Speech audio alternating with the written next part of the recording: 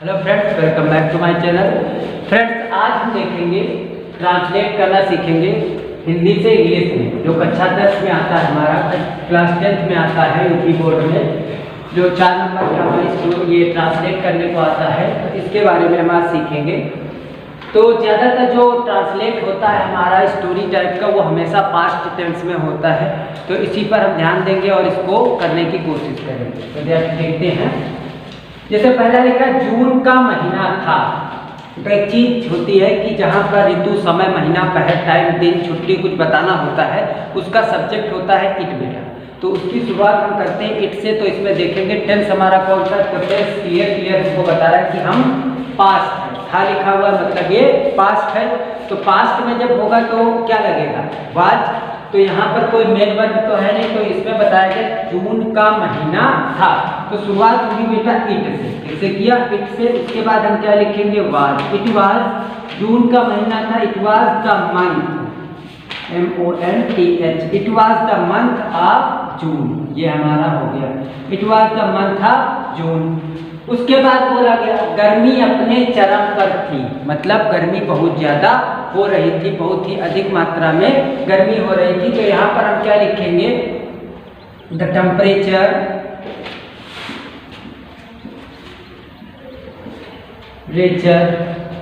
Was its peak. Peak मतलब अपने चरम पर या बहुत हाई पर, इसलिए पीक का यूज किया गया। तो टेम्परेचर वाज इट्स पीक, मतलब जो उसका तापमान था या जो चरम पर था, उसका मतलब टेम्परेचर, जो गर्मी थी वो बहुत ही ऊपर थी। सुबह से लेकर शाम तक गर्म हवाएं चलती थी। गर्म हवाएं, हॉट विंड। क्या लिखेंगे, हॉट विंड। और हवा का चलना ब्लो। ब्लो की पास्ट सेकंड फॉर्म होती ब्ल्यू। तो यहाँ पर हम क्या लिखेंगे, ब्ल्यू। Hot wind blue. क्या लिखेंगे, hot wind blue since morning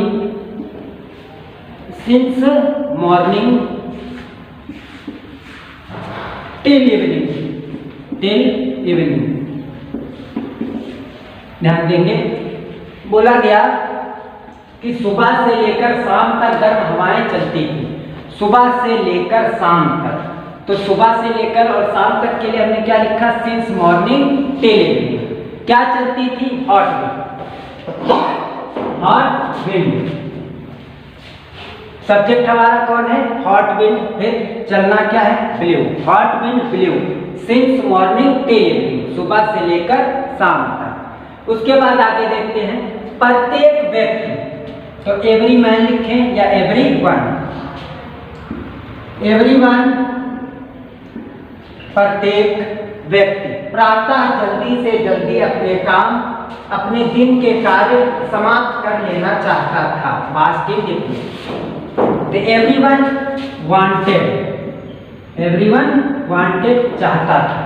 everyone wanted to finish, FINISH। Finish मतलब समाप्त कर लेना। अब यहाँ पर फिनिश के पहले टू क्यों लगा है, क्योंकि लेना मतलब पार्ट क्या है हमारा, इन्फिनेटिव। इन्फिनेटिव जब होता है तो उससे पहले हमको क्या लगाना होता है, वर्ब की फर्स्ट फॉर्म से पहले टू, क्योंकि मेन वर्ब हमारा कौन, वांटेड, और फिनिश हमारा किसका, ये भी तो एक वर्ब है। तो ये फिनिट वर्ब है और ये नॉन फिनिट। तो नॉन फिनिट जब होता है तो उसके साथ हम 3 चीजों का प्रयोग कर सकते हैं, या तो पार्टिसिपल, जिरेट, या तो इन्फिनेटिव। तो इसमें क्या लगेगा, इन्फिनेटिव। तो बेटा होगा एवरीवन वांटेड टू फिनिश, प्रत्येक व्यक्ति चाहता था अपने दिन के कार्य समाप्त कर लेना। फिनिश मतलब समाप्त कर लेना, तो यही हो गया समाप्त कर लेना। फिनिश क्या समाप्त कर लेना चाहता था, अपने दिन के कार्य। तो क्या लिखोगे, हिज डेज वर्क या होल डे वर्क। क्या लिख देंगे, संपूर्ण दिन का कार्य। होल संपूर्ण डे मतलब दिन, होल डे वर्क पूरे दिन के कार्य। कब, जल्दी से जल्दी। तो इसके लिए एडवर्ब का प्रयोग करेंगे। क्या लिखेंगे, हरीडली। प्रत्येक व्यक्ति जल्दी से जल्दी अपने कार्य को समाप्त कर लेना चाहता था। अब ध्यान से, इसमें छूट क्या रहा है, प्रातः। क्या बोला गया, प्रातः, मॉर्निंग। तो यहाँ से देखते हैं everyone wanted to finish his morning, या मॉर्निंग नहीं लिखते प्रातः, हिज होल डे वर्क, पूरे दिन के कार्यों को, हरीडली मतलब जल्दी में, तो प्रातः से हमारा कोई मतलब यहाँ पर नहीं रहेगा। मतलब अब जब जल्दी से जल्दी बोला गया तो इसमें हम प्रातः का यूज करें या ना करें तब भी हमारा सेंटेंस सही माना जाएगा। अब आगे देख लेते हैं इसके एक बार फिर इसको, कि जून का महीना था तो it was the month of June. गर्मी अपने चरम पर थी, the temperature was its peak. आगे सुबह से लेकर शाम तक गर्म हवाएं चलती थी, हॉट विंड ब्लू मतलब बहती थी, सिंस मॉर्निंग टिल इवनिंग, सुबह से लेकर शाम तक। प्रत्येक व्यक्ति प्रातः जल्दी से जल्दी अपने दिन के कार्यों को समाप्त कर लेना चाहता था। Everyone wanted to finish his whole day works. अब इसमें कंफ्यूजन एक और हो गया आपको, प्रत्येक व्यक्ति, तो प्रत्येक के लिए एवरीवन लिख दिया, एवरी पर्सन भी लिख सकते थे। जब यहाँ पर एवरी हो या समबडी हो, समवन हो या एवरीवन, तो उसके साथ जो पॉजिटिव आता है वो हमेशा सिंगुलर में आता है, वो लगता क्या है हिज, क्या लगेगा हिज। अगर यहाँ पर वन होता तो वन के साथ पॉजिटिव क्या आता है वंस, तो यहाँ पर एवरीवन है तो इसीलिए हमने क्या लगाया हिज। तो बेटा होगा everyone wanted to finish his whole day works hurriedly. तो इतना समझ में आ गया होगा। अब देखते हैं नेक्स्ट स्टोरी। अब हम आगे देखेंगे बेटा, दूसरा है जो हमारा इसमें लिखा हुआ है, प्रयागराज एक प्राचीन ऐतिहासिक नगर है। प्रयागराज सब्जेक्ट कौन है, प्रयागराज एक प्राचीन ऐतिहासिक नगर है। ये हमारा है प्रेजेंट में, मतलब क्या लिखा है।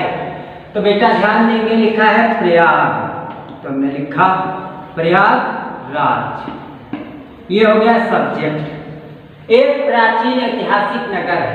इज एन, प्राचीन की इंग्लिश क्या होती है, एनिशियंट, एनिशियंट, एन एनिशियंट नगर या ऐतिहासिक नगर, एनिशियंट हिस्टोरिकल, हिस्टोरिकल नगर की town. Prayagraj is an ancient historical town. शहर के लिए सिटी, नगर के लिए टाउन और विलेज के लिए गांव या गांव के लिए विलेज। इसका एक गौरवशाली इतिहास है। तो क्या लिखोगे, इसका एक गौरवशाली इतिहास है। तो इसको दो तरह से कर सकते हैं, इट हैज से यूज करके कर सकते हैं, और दूसरा हम कैसे कर सकते हैं, दूसरा भी हम इसी प्रकार से लिख सकते हैं जैसे बोला गया। इस जैसे इट्स से प्रयोग करते, इसका एक, इट्स मतलब इसका हिस्टोरिकल, हिस्टोरिकल, इट्स हिस्टोरिकल ग्रेडियर, या ऐसे लिख सकते हैं इट हैज, क्या लिखेंगे, इट हैज हिस्टोरिकल, इसका एक गौरवशाली इतिहास है। It has grandeur, GRANDIOUR, grandeur history, history मतलब इतिहास। आगे यहाँ गंगा और यमुना का संगम, तो बेटा यहाँ गंगा और यमुना का संगम है, तो क्या लिखेंगे, there is confluence, there is confluence of the Ganga and the Yamuna. यह उत्तर प्रदेश का उच्च न्यायालय है, तो क्या लिखोगे, there is high court of Uttar Pradesh. Here मतलब यहाँ। तो ध्यान से फिर से देखेंगे, प्रयागराज एक प्राचीन ऐतिहासिक नगर है। Prayagraj is an ancient historical town, इसका एक गौरवशाली इतिहास है। इट हैज ग्रेडियर हिस्ट्री, यहाँ गंगा और यमुना का संगम है। There is confluence of the Ganga and the Yamuna. आगे यहाँ उत्तर प्रदेश का उच्च न्यायालय, तो there is high court of UP here. बात समझ में आ गई? इसमें कोई दिक्कत है? It has grandeur history. There is confluence of the Ganga and the Yamuna. There is High Court of UP here. तो आज इतना ही, मिलते हैं नेक्स्ट वीडियो में। Thanks for watching.